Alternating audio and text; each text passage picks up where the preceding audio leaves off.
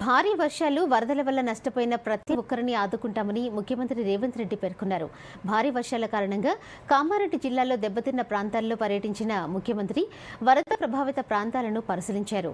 పంట నష్టపోయిన రైతులకు పరిహారం అందిస్తామని, పొలాల్లో ఇసుక మెట్టలను తొలగించేందుకు ప్రత్యేకంగా నిధులు మంజూరు చేస్తామని తెలిపారు.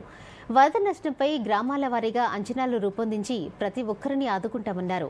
భారీ వర్షాలు, వరదల వల్ల నష్టం జరిగిన చోట శాశ్వత పరిష్కారం చూపేందుకు అవసరమైన ప్రణాళికలు సిద్ధం చేయాలని, రోడ్లు, ప్రాజెక్టులకు మరమ్మతులు చేసేందుకు కూడా అంచనాలు రూపొందించాలని అధికారులను ఆదేశించారు.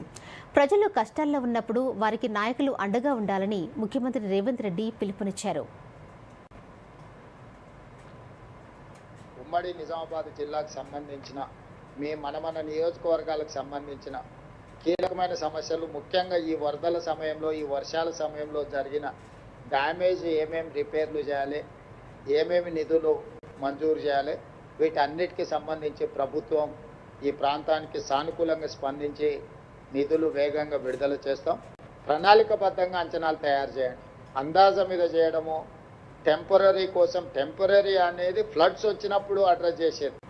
మీరు తర్వాత చేసుకునేదంతా కూడా పర్మనెంట్గా అవసరం అనుకుంటే ఒకవేళ కేంద్ర ప్రభుత్వం నిధులు లేకపోతే మొత్తం నిధులు రాష్ట్ర ప్రభుత్వమే ఇస్తుంది. అవసరం అనుకున్నప్పుడు కేంద్ర ప్రభుత్వంతో ఏ విధంగా నిధులు రాబట్టుకోవాలనో మేము ప్రయత్నం చేస్తాం. వీటన్నిటిని కూడా జాగ్రత్తగా తీసుకొని ప్రజలకు